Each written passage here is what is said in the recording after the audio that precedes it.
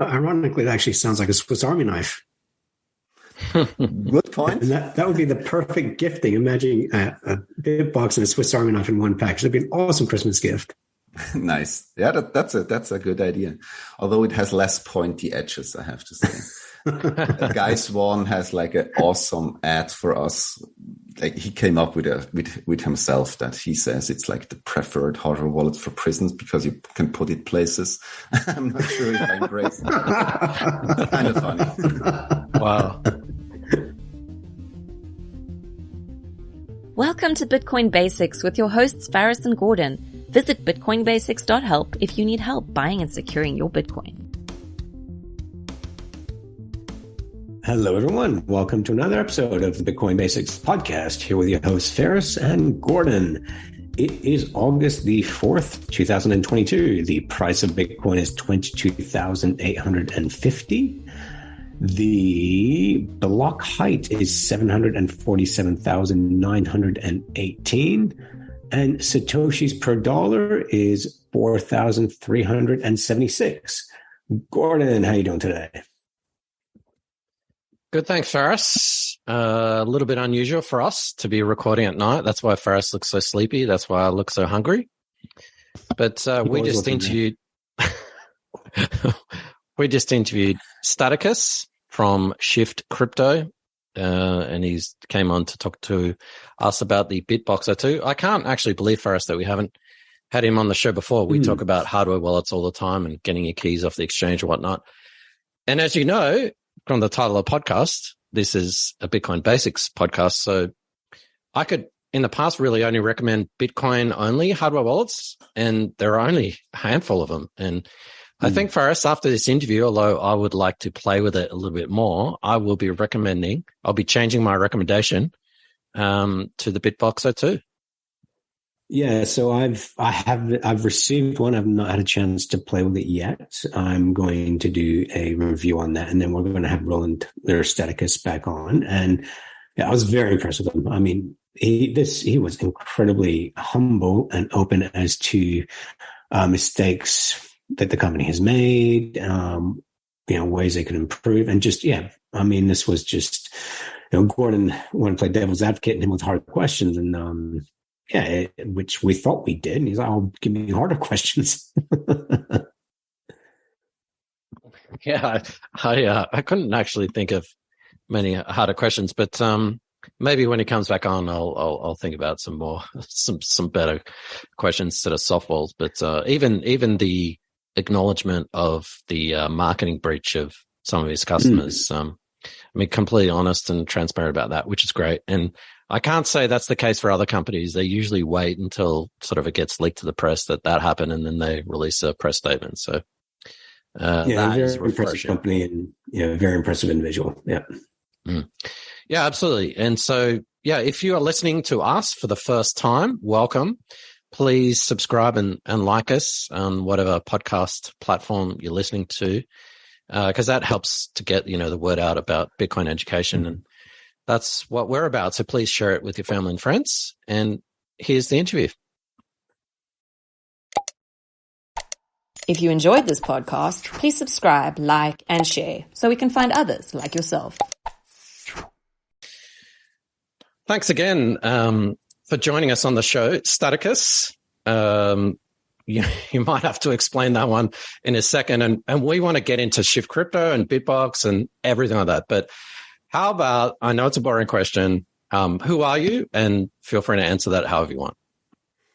All right. So we quickly talked about it beforehand, like where Stadicus come from. It's actually like a player name from 30 years ago or so, Age of Empires, the emperor that takes over the world. Never thought it would stick, and now I go to conferences with that name. So that's kind of a funny thing. In real life, I'm an IT engineer.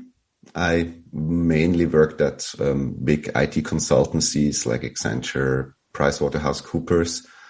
But over the years, I realized I need to follow my heart.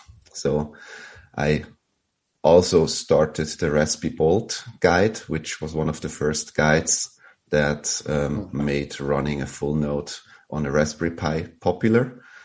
And with that in mind, I joined Shift Crypto, my current employer, which I'm also a co-founder now.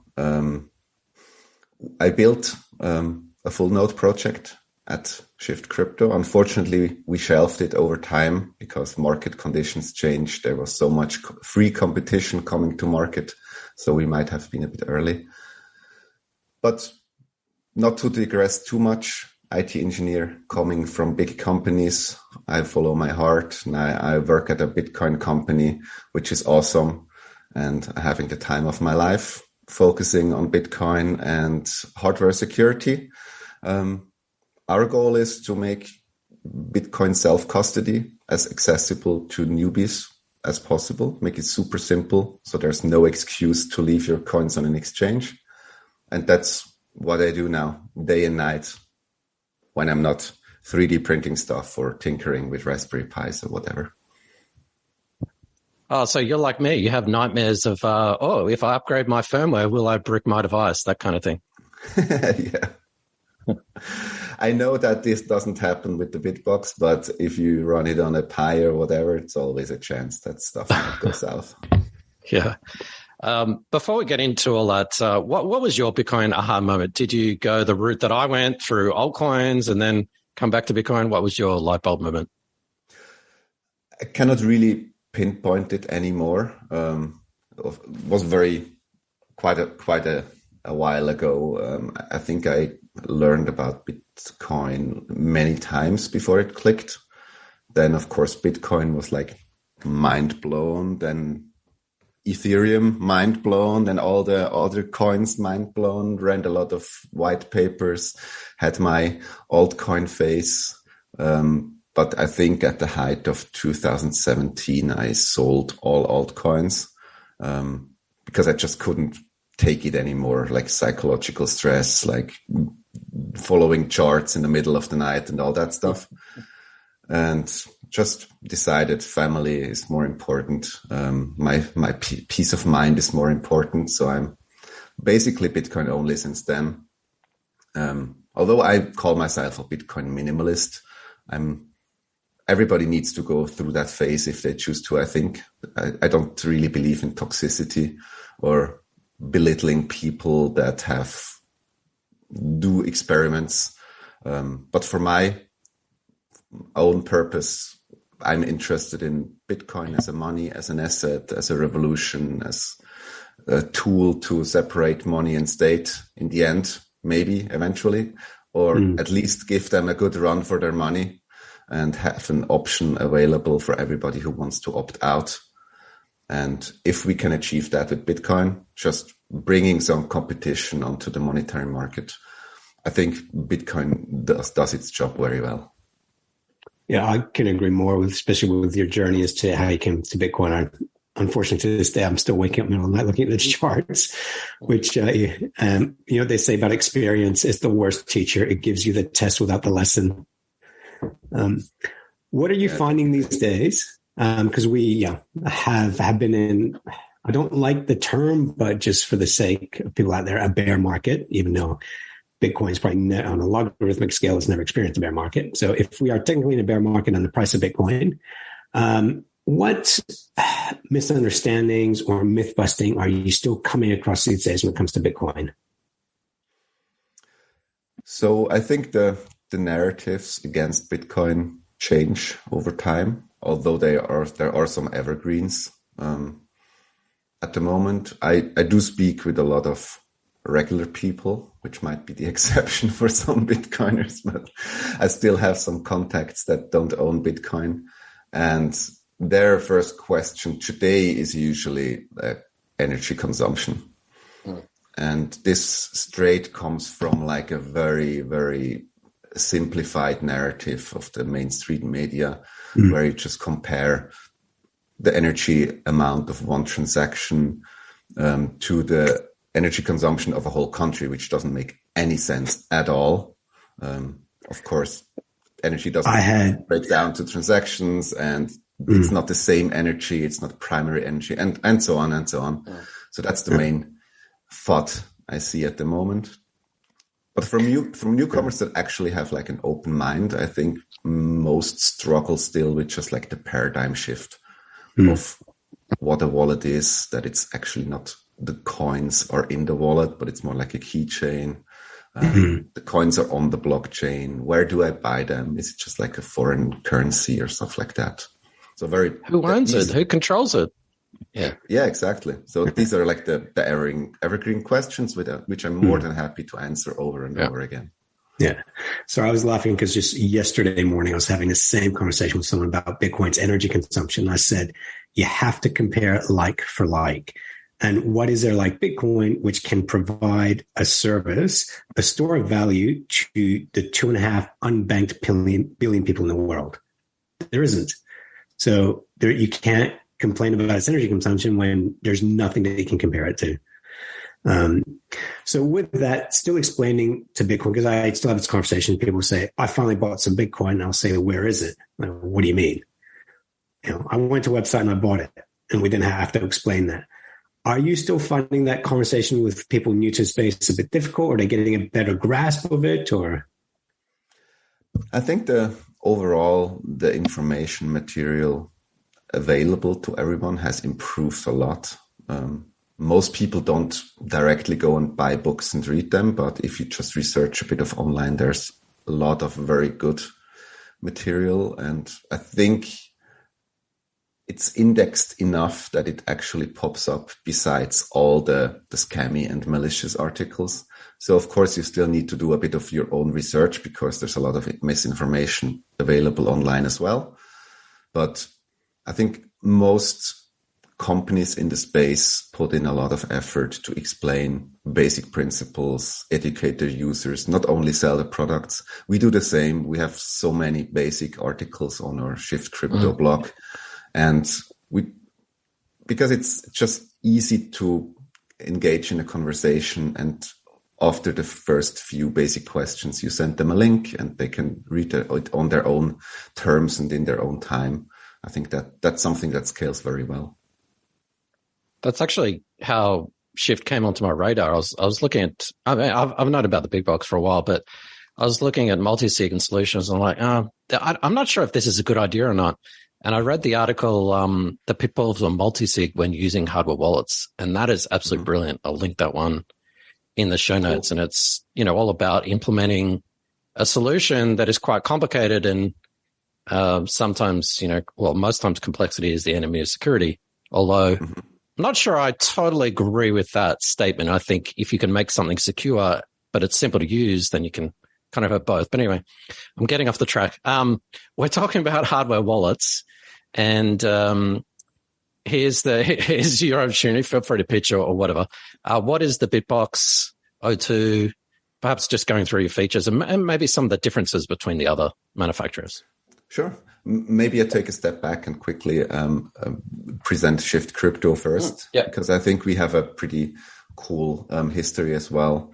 Many people still don't know about the BitBox hardware wallet, but development actually started in 2015, which is ages ago in the crypto space or Bitcoin space. And back then it was called a digital BitBox. Now we call it BitBox01, as opposed to our current product, the BitBox02. And the Shift Crypto was actually founded by Jonas Schnelli and our current CEO, Douglas Beckham. So two very hardcore Bitcoiners, like Jonas being one of the only people as a Bitcoin core maintainer that could actually change the code in Bitcoin. And although he's not as active anymore, both in our company or in Bitcoin core development, he's still a great friend. And it's great to work with people like that. So the first BitBox came to market, I think, at the same time as the Trezor. Ledger was not yet founded even. So we have a lot of time that we spent on developing our products. We're an open source company. Everything we do is open source. All code is open source. We even publish the hardware specs, everything, to minimize trust as much as we can. We're based in Zurich, Switzerland, and the BitBox is actually made in Switzerland. We produce it in Switzerland. which is a great help in keeping the supply chain secure. So it's not like something that is made in China and shipped to Switzerland and then we stamp it and sell it. It's actually made and programmed by us. So yeah, that's what we do. We also have some other products like backup accessories and some cool hats and t-shirts. But the BitBox02, the hardware wallet, of course, is our main product, and almost all engineering efforts go into that.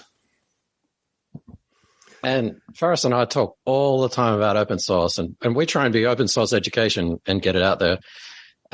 There's a lot of misinformation. I'm not going to go into it, but just for our audience, we've talked about hardware wallets before and how some aspects of the hardware wallet is open source, so the actual desktop or mobile wallet, but the actual firmware, basically the operating system inside the hardware wallet is not open source. And so maybe you could just go into, you've got that dual chip design and how you're open source throughout the whole process.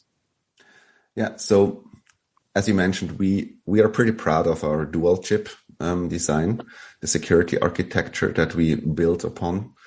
And before that, it was you basically faced a challenge or a choice that either you had physical security by using a secure element or a secure chip. This is what Ledger does. But if you run the code on that secure element, you are not prevented from open sourcing or publishing the code because it's protected by NDAs, and it's basically trade secrets, right? So the manufacturer of the chip does not allow you to publish the code. And that's fine to some extent. But you just trust the manufacturer of the hardware wallet a lot. So you, first of all, of course, you trust them to not be malicious, which I would never accuse anyone of, but you also trust them to do their proper research and bug fixing themselves, because nobody else can look at the code. So the only bugs that could be discovered is internally in the company. And that's not something that scales very well. The other extreme is the model that Trezor, for example, has. They also open source all their code, which is awesome. I respect them a lot for that. But they use not a secure chip, otherwise they wouldn't be able to do that. But just a general purpose microcontroller, basically a computer chip that you can find in any coffee machine. They run great and secure code, but they're not physically secure.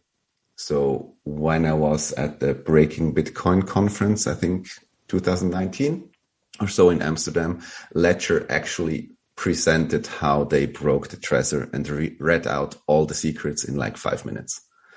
Of course, that's like super scary. I agree with Trezor's assessment that hardware wallets mainly protect you against remote theft. That means like viruses, malware, stuff that comes over the internet. And they do a great job in that. But for me personally, I think a hardware wallet should also protect your keys if you lose it on the street or you just have it in a drawer. And if someone breaks in and gets physical access to your device, that's not really possible with an MCU, because if you have a semi-decent electronics lab, you can read out the content of these chips. So what we do is we combine these two chips. We have both, and we use a secure element to physically harden the device, but we don't trust it, and we don't run the code on that chip. All code still runs on a coffee machine chip, which is fully auditable. But the secure chip is still part of the security architecture. So you would need to breach the secure chip as well physically if you want to decode all the secrets. So I think in that regard, we have the best of both worlds and a product that is fully open source while still being physically secure. That's fascinating, Stadicus, because this is a conversation we have a lot, because Gordon and I often talk about and explain to our audience a trade-off between security and convenience. And the most secure way for someone to control their private keys would be something like a Steel wallet or But someone new to the space, you're terrified because you think, I can easily lose this thing. I can easily lose a piece of paper. So noobs coming into this space, to them are, if I lose this cold storage device, I know all I got to do is buy another one. Mm-hmm. And I can back up all my coins. And that is a security blanket, an emotional security blanket for them. So yeah, this is why one of the reasons we're excited to talk about cold storage devices, because it's hitting that middle ground of security and convenience. And listening to that, sorry to interrupt, that immediately pops up like two topics in my head. Mm-hmm. So, first, I think like security versus usability is a false dichotomy. For me, and we stress that over and over again, I think ease of use is part of the security. If something is hard to use, it makes it less secure because you're tempted to take shortcuts. You might make mistakes. So in the full extreme, like if you set up your own air-gapped computer that is like maximal secure, take out the network card, etc. That's super secure, but it's also extremely hard to use. And you only need to like mess up once to like blow out the whole security into the internet. And that's it. So having something that is easy to use and secure, I think is doable. And this is definitely our goal.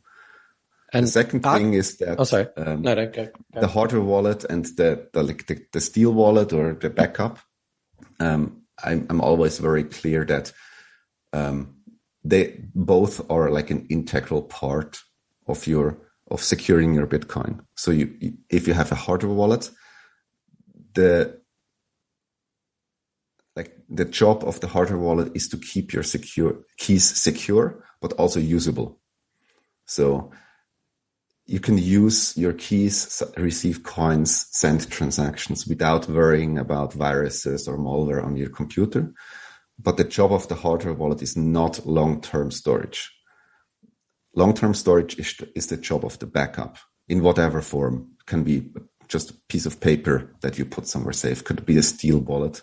But of course, if you have like a steel wallet that's super secure and it will last centuries, but you can't use the keys because that's so much math involved. You need to import them first to sign a transaction or even just to generate the receiving address.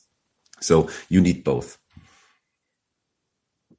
You actually triggered me with about 10 questions just then. So, but just going back to the air-gapped solution, and I know Cold Card, and I've used Cold Card, and this is an honest comment because I think I've said it on the show. You know, sometimes there's a lot of security theater, and some of the things that they do, for example, with air-gapped computer, and without going into it, instead of having things plugged into the device and whatever, you basically take that activity offline and you use a micro SD card and you transfer the transactions between the computer and whatever.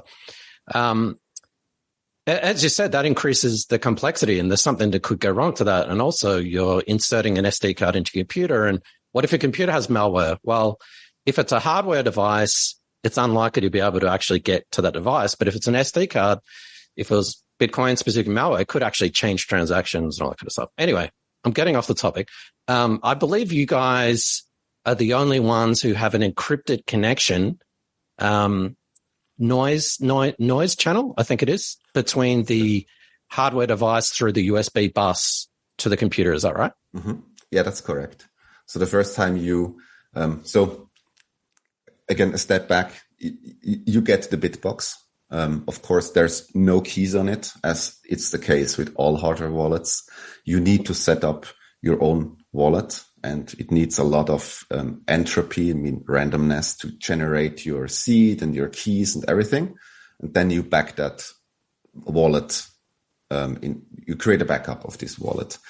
But the first time you plug in then the BitBox, you use it with our own BitBox app, which is available for all platforms, including Android. So you never need to connect the BitBox to a computer if you don't want to. You can just use an Android phone and do everything, including firmware updates from there.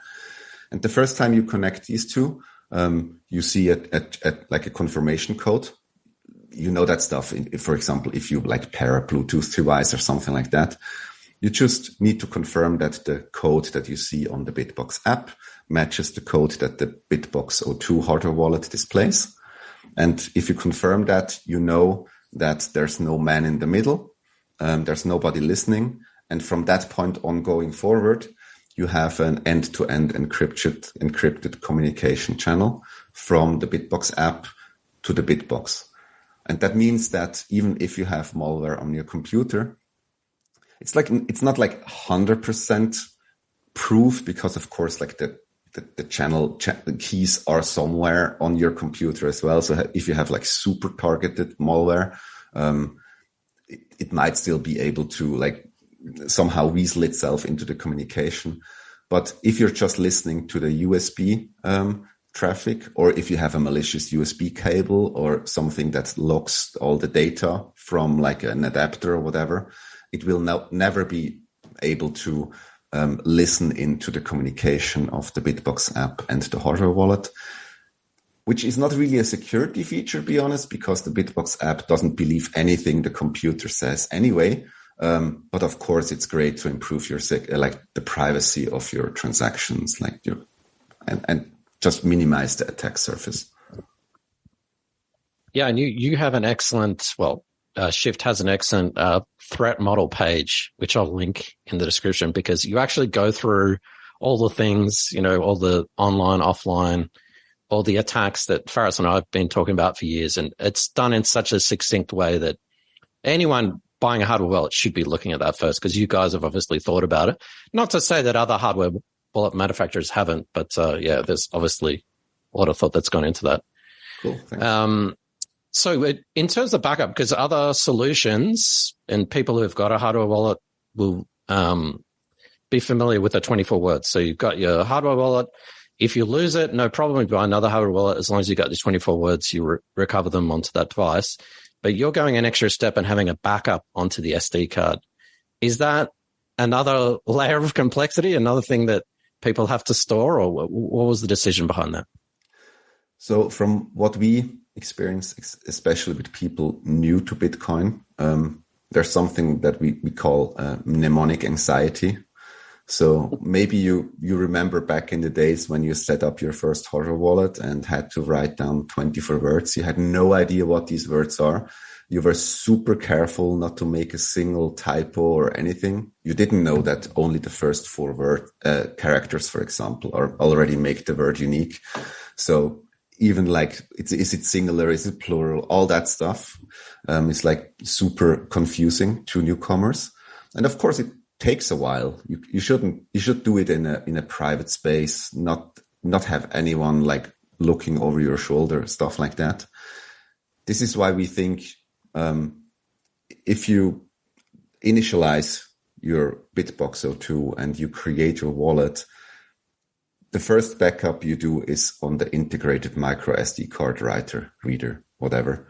So it comes with everything. The micro SD card is enclosed with the device. So you basically set it up, you do a backup, you have your micro SD card, and be done with it. We have a speed run, I think, on Twitter, setting up the BitBox in under 1 minute, including the backup. And I think from a usability perspective, that's really valuable. Of course, you still have the option of the 24 words. That's also available. And we also recommend that. But maybe at a later stage, once you have received the first transaction or whenever you're comfortable and understand it a bit more.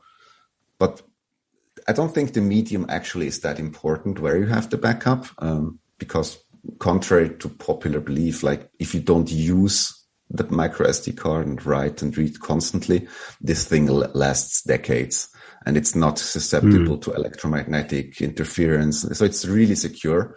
But more important than having one super secure backup is that you just have to like redundancy. And then you should always assume that one backup can go missing or go corrupt or burn down with your house or whatever. So if you have 2, you're good. One thing I want to ask you, Stadicus, and this is a low-tech question. Recently, we had to help one of our clients move their private keys for an exchange into a ledger. And was a bit of a nightmare because the cable to her MacBook Air, we had to try so many times because Ledger Live just was not picking up the Ledger device, and we had to try different cables. But from the BitBox operates differently. You don't actually need a cable. It can go straight in, and you have these little adapters. Can you just talk a little bit about what led to that? Because I looked at that and, operating on a MacBook Air myself, I'm thinking, oh, wow, that's awesome.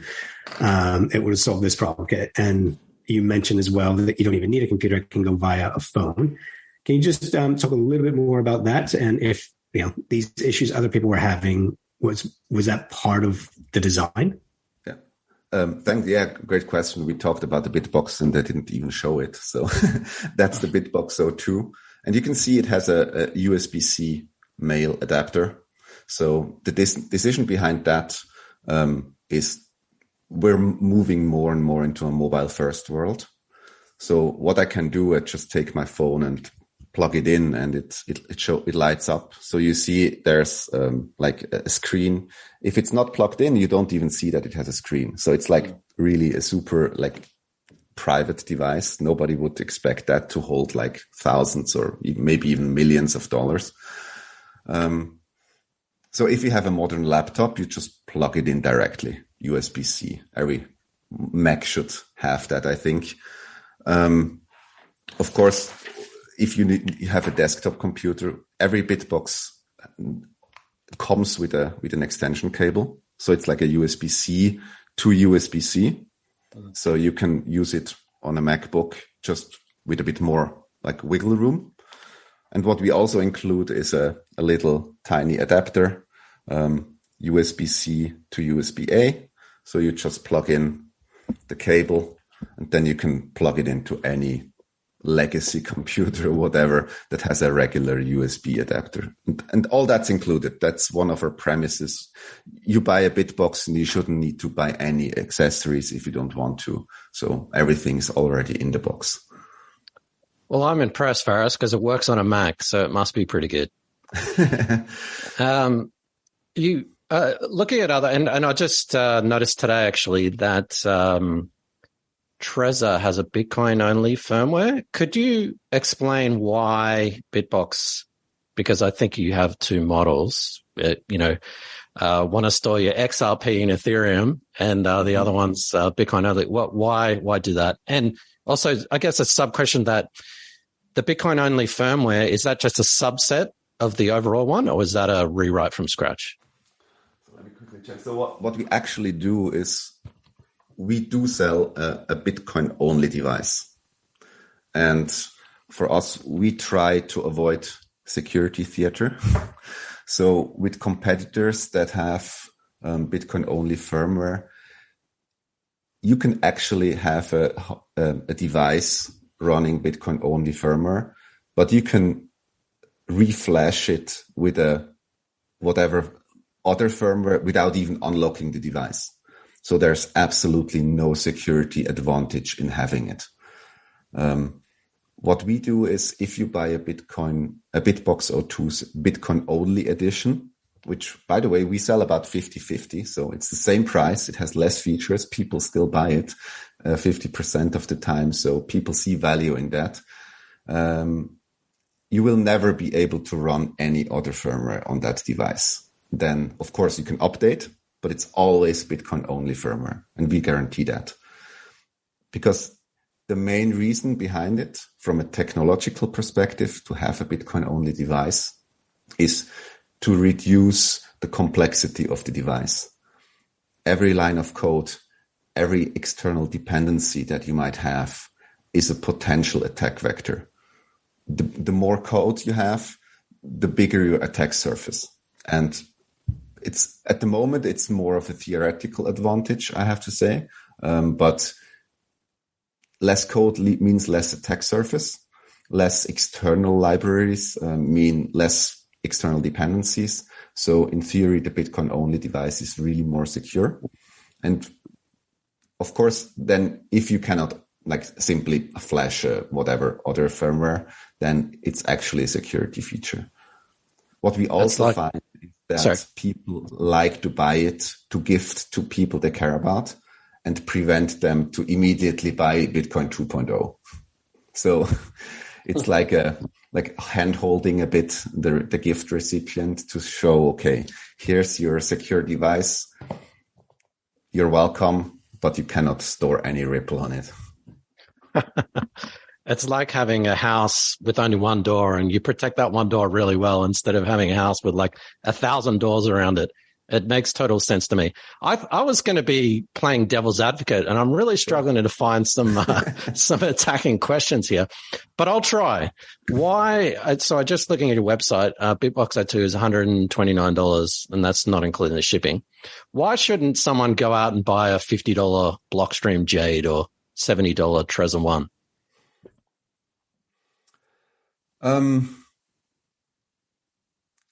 mean, these devices are probably secure. I am not a hardware hacker myself, so but I wouldn't assume. I think they're already great, right?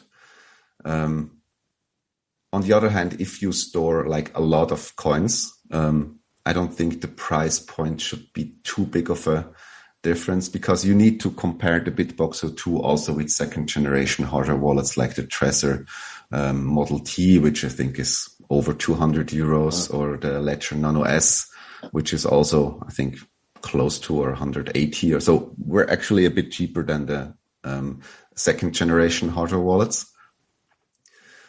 With Ledger, I would always reply, well, if you value private, like physical protection, then you should get a BitBox or a Ledger. With Ledger, I would always reply, if you value open source, you should get a Trezor or a BitBox. And with the Jade, I have one here. It's a nice device. I think it's fairly decent, but of course it's like general purpose computer hardware that is not made for mass production. And it also doesn't have a secure element. They have something like a virtual secure element, but I think that's somehow server-based. So there's maybe a multisig involved or Blockstream co-signing. I'm not really sure, but it feels like complicated to make it secure. And overall, I think the user experience of the BitBox is simply the easiest to use for beginners. And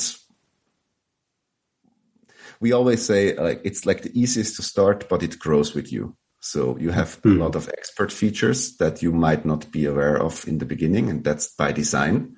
We don't want to confuse you, like connecting it to your own node or using Tor or all that stuff. You can all do that. You have coin control and whatnot, but it's not like in your face. If you don't care about it or never heard about it, you probably don't see it.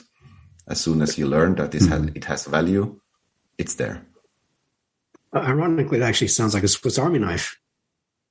Good point. And that would be the perfect gifting. Imagine a BitBox and a Swiss Army knife in one package. That'd be an awesome Christmas gift. Nice. Yeah, that's a good idea. Although it has less pointy edges, I have to say. Guy Swan has like an awesome ad for us. Like he came up with himself that he says it's like the preferred hardware wallet for prisons because you can put it places. I'm not sure if I embrace that. It's kind of funny. Wow. Well, moving on from that, that's brilliant, and that's one of the reasons why I can't recommend a hardware wallet that doesn't have a secure element. As I said before, like I'm sure I've never used Blockstream Jade, so for online attack surfaces probably okay, but as you mentioned before, like brute force and physical access to a device, if you don't have a secure element, that device is gone. And if it's a Ledger, the firmware is closed source. So, I mean, Ledger has a reputation to protect. So I'm sure that they're kind of doing the right thing, but you don't know. You have no way of telling.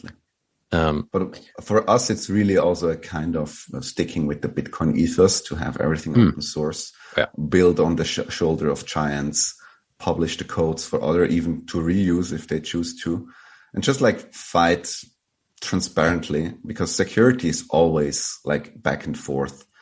And what open source allows us to do is, of course, to also run our own bug bounty program. So we encourage independent security researchers to look at our code.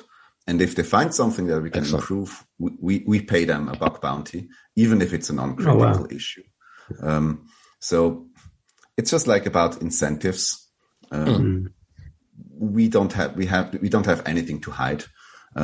We are up, and I think it needs some sort of humility as well. If people come with improvements to you, you need to be open and put your users first. But I think we've proven in the past that we do that without thinking twice. Is that sometimes a scary thing? Sorry. No, you go first. Sorry. I was just going to say, is that sometimes a scary thing? You've open sourced everything, you build a business model around it, you've got a product, and people are able to potentially find a game-changing exploit in your code. Yep. I mean, there's definitely pros and cons, but I think in the long run, and I record this conversation on my Linux computer. It's been shown over and over again that security by obscurity just doesn't scale, because then only people that actually want to exploit your code are incentivized to look at your code. And they will sooner or later, maybe a little bit later, but still they will find vulnerabilities. But you don't give anybody honest the option to find it first. And then you have an attacker at hand. If you follow the open source ethos and be very transparent, have a bug bounty program, be like professional enough to be transparent and not too proud to admit that there might be some mistakes, and just fix it and put users first. I think that's something that scales, and it's what I personally would expect from the manufacturer of my security device that holds my own life savings. I absolutely couldn't agree more. And before Faris gets in, security by obscurity is something do you listen to Steve Gibson's Security Now podcast by any chance? Not okay. Regularly. Anyway, he mentioned that all the time. And the analogy is sort of like security by trying to hide something. So, for example, you hide instead of hiding your front door key under the mat, I'll be really clever and I'll hide it in the pot plant, or I'll hide it in the second rock in the garden. If someone doesn't find it, they can't get it. But if someone actually gets your key, it's game over. So you should just make a more secure door, like just design a system that is more secure instead of trying to hide all this stuff. And that's what closed source is. It might be secure, but probably more often than not, there aren't many people looking at it. Their employers work Monday to Friday, 9 to 5. And, having less eyeballs on it, having less people see the code is usually a huge disadvantage. But I have a very important question for you. What flavor distribution of Linux are you running? I use it for business stuff, so I just use the Ubuntu. I'm running so much other stuff, but all based on Debian somewhat at some down the line. I'm not a fan of continuous updates like Manjaro or Arch Linux. I mean, in the end, it just needs to run. And Ubuntu or whatever Debian system does that job very well. I'm running Manjaro. The reason I'm laughing is when Gordon and I first started educating people about Bitcoin, the number one thing he wanted to set up was how to set up a separate Linux hard drive. And we've got, I think, 13 hours of video guides on how to buy Bitcoin. Those 13 hours is everything you need to do before you even think about buying Bitcoin. And part of it is we just show people how to set up Linux hard drives. That's why I'm laughing. Because you're preaching to Gordon, and you've just got a new fanboy in there, I think. No, I was a fanboy for about 30 seconds until you mentioned Ubuntu. I'm out of here. Sorry about that. No, I'm only kidding. I'm only kidding. Just a tool. Yeah, absolutely. I'm a rolling release sort of person. So I change distros every 3 months, and I'm currently on Manjaro, but I'm sort of hopping around a bit. Faris, you go before we get down a Linux rabbit hole. No, I just want to talk about open source, because me personally, coming from a non-tech background, open source was one of those things where by the time I actually understood it, I really, really valued it. And a lot of what we do now is when we're explaining Bitcoin is we explain open source. Because one of the big misunderstandings or hurdles, intellectual hurdles people have is, well, he created Bitcoin, who controls it? And, most people would not know that, half the world is running on Linux servers and all this kind of stuff. So when you explain open source to people, then they comprehend, and it is another light bulb moment. And I think that's why for us it's really important that we explain open source to people and even before we're explaining Bitcoin. It really helps them understand it. So yeah, kudos to you for running open source. And I know with Gordon, whenever we talk about anything, we can't go a day without him mentioning open source somehow. So it's it's something I've come to really, really appreciate and just go, oh, wow, it is quite a phenomenal, I wouldn't call it movement, but just, grasping open source is quite revolutionary. Religion. Thank you. Definitely. And I think it's always like comparing the power that one company has and all the brain power and all the innovation. If you have it closed source, you basically go against the ingenuity of the whole rest of the world. If you're like trying to compete with open source, it works in some aspects if you have very focused products or like business customers and stuff like that. But overall, even Microsoft starts getting more and more into open source development because like, Microsoft against the rest of the world is just something that will not work like in the long term. Yeah, I think that does serve, and every single Fortune 500 companies using open source in one way or another. So, and I can't remember actually Linux. Sorry. Yeah. So it's funny you mentioned Microsoft, because one of the examples or analogies I use to explain open source is Encarta versus Wikipedia. When Encarta came out, no one would have guessed that this Wikipedia thing, which anyone can contribute to, would overtake Encarta. And it only took a couple of years. So it's like the hive mind putting together all their innovation potential. I think that's very powerful. So we're all about privacy here as well. We've talked a lot about security and different forms of privacy. Obviously, with a secure hardware wallet like BitBox, privacy is just important. And for those who don't know, and we've talked briefly on the podcast about running a full node. We haven't really delved hugely into it. We probably need to, but we certainly have said why it's important. Because even if we use, say, BitBox02, we're still, checking price and doing all kinds of stuff through your servers. So could you maybe explain why running a full node is important, and maybe a bit about the RaspiBolt? Yeah, exactly. Node. Yeah. So first of all, like running full nodes is very important. I think there's always two aspects to holding your own keys. So the first is security, and this is the job of the hardware wallet, to keep your coins secure, out of the hands of malware, out of the hands of physical attackers. But then there's also the privacy aspect, and a hardware wallet is not able to talk directly to the Bitcoin blockchain. Even the BitBox app or another software wallet that you can use like Sparrow or Spectre or Electrum that you can also use with the BitBox, they don't talk to the Bitcoin blockchain directly because they're just a wallet, like a key manager. But what you need to be an actual participant of the Bitcoin peer-to-peer network is to run your own node. That doesn't necessarily mean that you need to have a dedicated device. Just installing Bitcoin Core, syncing the blockchain, that's also your own full node. So that's a very good start. Unfortunately, Bitcoin Core is not really meant to be used with hardware wallets. So usually you have a base layer like Bitcoin Core that talks to the Bitcoin blockchain. Then you have a middle layer that indexes all the stuff and is able to answer the questions like who owns what on what address, for example. That's the middleware that usually is an Electrum server.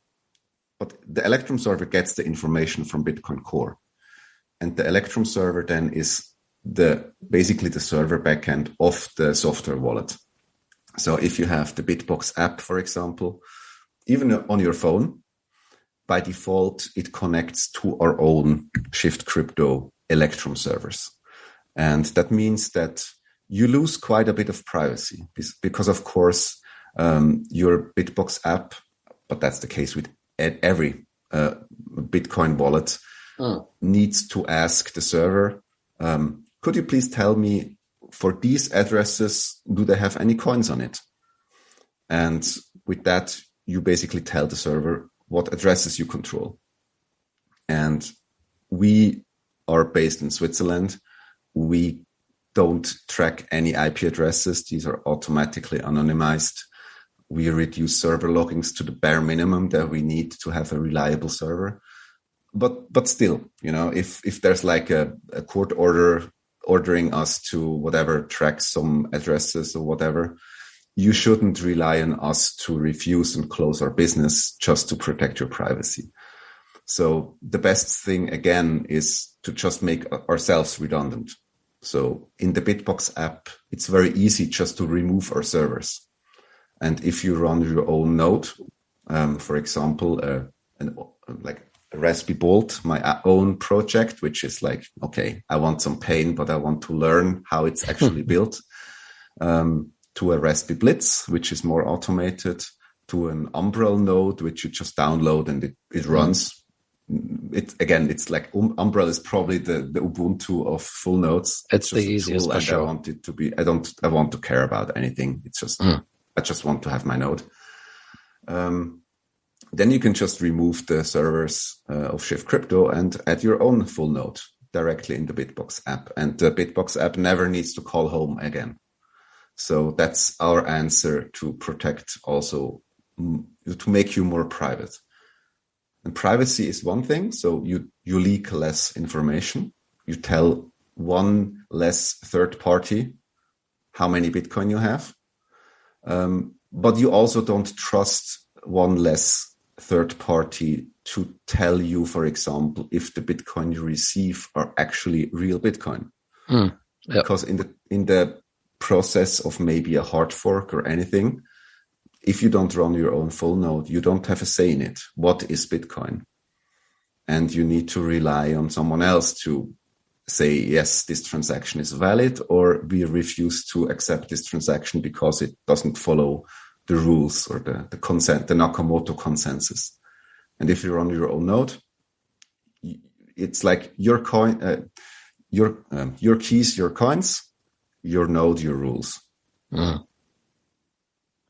Yeah, that's excellent. We need to definitely talk about full nodes, because I've done my own dedicated full node, running a Linux server and all that kind of stuff. But I know that's not for everyone, and I think Faris was interested at one point, but he'd probably kill me if we went down that road. So as you said, there are many different Linux distributions, and you've written actually the guide for the Raspberry Pi, and has that got a Lightning node in there as well?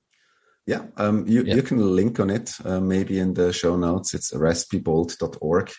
Okay. It starts off with setting up a Raspberry Pi with the Debian based operating system, making it secure, adding Tor, all that stuff. Then you install Bitcoin Core, you install your own blockchain explorer. So you don't need to look up like transactions on a third-party blockchain explorer and leaking your IP address together with the address that you just looked up, which is also kind of a privacy loss. You install your own Electrum server, so you can use your node with your hardware wallets, which I think is very important. And then you install a Lightning node, you install many other stuff, and there are many bonus guides. So I think it should cover every angle that you might have. And we try to keep it up to date. It's no longer just my project. I open sourced it as well. So there are like many contributors, many maintainers that also can update the guide and keep it like correct and current. So Raspberry Pi plus, say, an external hard drive, SD. It's basically what you need, yeah. Raspberry Pi plus an SSD, which what I would recommend, like 1 gigabyte. And that's it. And but that's again, you don't need to have a dedicated device necessarily. There are ways to install Bitcoin Core on your own regular computer. For example, then use Sparrow Wallet, which can connect directly to Bitcoin Core. And then you can connect the BitBox02 directly to Sparrow Wallet and still keep your keys secure. So that's something that is also really well maintained. Faris is getting sleepy. He's in New Zealand, and I'm getting hungry. I want to talk to you about multi-sig and maybe why it's not a good idea. I want to talk to you all kinds of stuff. But and just recently, as everyone knows, the Ledger and both the Ledger and Trezor's not their actual database, but their sort of marketing database from customers' information, because our email address was in there and I get spam messages all the time from it. Mm-hmm. What is Shift doing to protect their customers from perhaps physical threats? So that's a very pointy question, because like 2 weeks ago, we also lost some email addresses. So I will definitely not point fingers to I didn't know that. Our competitors. Again, I think what we did, and also I can start with why we actually use an external service. So of course we clearly separate like the support emails, shop emails from like marketing emails, which are opt-in. But we do see a lot of value in being able to send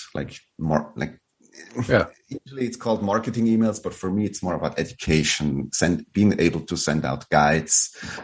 If you buy a BitBox, you can like tick a box and then you get like a 5-step email tutorial that explains in great detail how to actually set up the BitBox and use it and make a backup and so on. I think this is a very important thing. And unfortunately for mass emails, running your own email server is just not feasible. You need to land on one blacklist and your whole domain is going to be blocked for all emails forever. There's no recourse. So it's a very dedicated technology. It needs a lot of know-how to run an email service like this. And unfortunately, that's not something we can do internally. Yeah. We used ActiveCampaign and they lost some of our email addresses. Police is investigating. They contracted a security consultancy. So that's probably the most you can do. But I'm very, very glad that we only shared the minimal information with them in the first place. So again, security by obscurity it just doesn't scale. You need to just collect the least amount of data that you need. And fortunately, no physical addresses or wherever. We never give that to any external party. Even in our own shop, we anonymize it after 30 days. So it's just like the email address and maybe first and last name, but that's it. And we've seen one spam email so far that went to our users. But fortunately, we were able to warn them, also sending them one email. And now we're looking into how to move forward. But again, I think the most valuable thing in that is to be humble, acknowledge that something happened, put your users first, inform them immediately. We gave them, I think, very decent advice of what is affected, what is not affected. Basically, look out for scam emails. That's about the extent. And I think there are some lessons to be learned for us as well. But we will continue to explore and use emails for educational purposes. And there's no such thing as an unhackable service, unfortunately. But I guess at least with being more explicit and more transparent how data is handled, we can improve a bit on that. I really appreciate it. I genuinely didn't know that, so I wasn't trolling you or anything like that. I just happened to see another spam email this morning from Ledgers. Yeah, whatever. And as I said, the reality nowadays of marketing and the email lists and stuff like that is that, you do have to use third parties, whatever. But as long as people are aware, that's sort of how it's being used. This is how it is. And as you said, as long as it's transparent, the user can click, opt out or whatever it is. So as long as it's transparent, I think it's fine. So in the European Union, it's actually super explicit with data protection, GDPR. You need to opt in explicitly. There's a double opt in. You also need to confirm by email a second time that you want to get added to a list. So that was already in place, of course. And then of course, email is not really a secure technology anymore. I think it's fundamentally broken, unfortunately. But it's still like, it's a good tool, but sooner or later, you should assume that you will get some spam through your email addresses in any case, unfortunately, which of course doesn't excuse us like fucking up with user data. But yeah, just don't put any sensitive information in any external service. And I think that's the best way to do. And absolutely that, of course. Yep. Minimize your information. I was at a coffee shop the other day and they had a rewards program or whatever. And I saw someone else filling it in. They're putting in phone numbers, I'm like, what are you doing? Just for the, buy 10 coffees, get one free, giving away all this ridiculous data. And I actually had a conversation with them about privacy and whatnot. And I'm like, well, what do you put on? I said, well, number one, I don't sign up for those stuff. And number two, if I was, I would put a fake name and a, temporary email address. I mean, and they're like, oh, you can do that, can you? I'm like, oh. So, yeah, we're living in a different reality with some people. Definitely. I want to ask so many other questions, but I'll leave them perhaps the next time. I guess I'll just finish on this one last question. This is, I guess, what a lot of people are sort of a little bit worried about is how do I know that I'm getting a genuine advice? I bought it from whatever store. It might have come from a shipping agent. I'm opening a package. I'm about to buy $100,000 worth of Bitcoins on the BitBox. How do I know that someone hasn't tampered with it? Supply chain attacks, all that sort of stuff. Could you perhaps ease people's minds?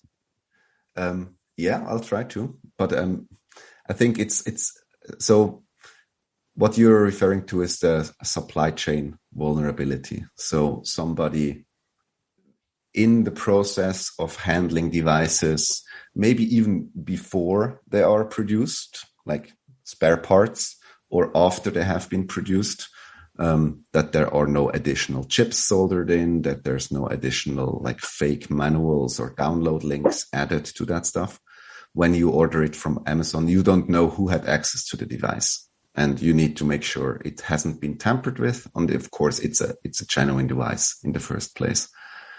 So there are a lot of moving parts there. The most important thing is that we start with production in Switzerland, that we can actually supervise and program every device ourselves.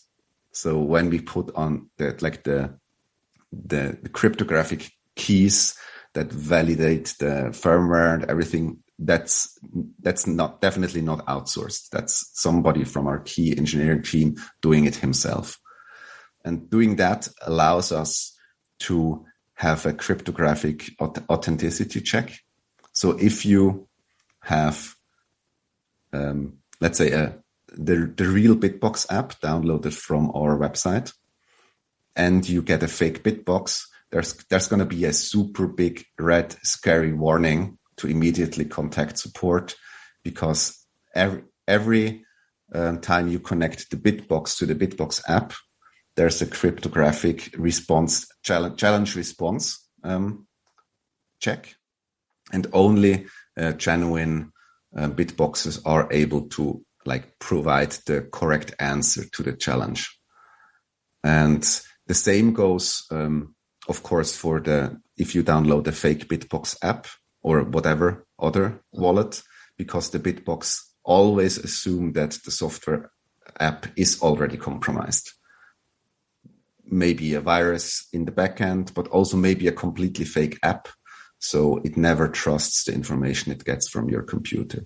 The only scenario where there's really nothing that we can do is if you have a fake BitBox app and a fake BitBox, because of course then everybody can do everything. But as long as one of these components is genuine, you're safe. Another thing is that once you have a genuine BitBox, it's made out of 2 plastic shells. that are glued together so that you can only open it in a destructive way. The whole inside is like filled with military grade epoxy.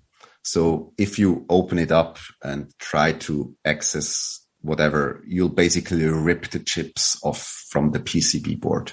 So it's like made in a way that is not, that you cannot open it undetected and put it back together again. And there are many more protections like that. It comes in a sealed vacuum bag with a security print around the edges. And it's all on the website you mentioned, like security features. We go into it's very, very impressive security feature there.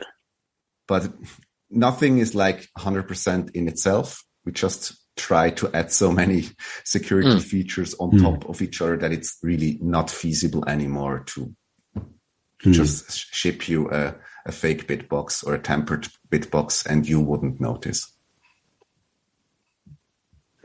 Definitely anyone listening, buy it from original sources. Buy it from your website. Don't buy it from joeshardwarewallets.com. Although I'm not sure. That may be an address. I don't know. Probably not an official reseller. I guess it's actually not that bad with the BitBox.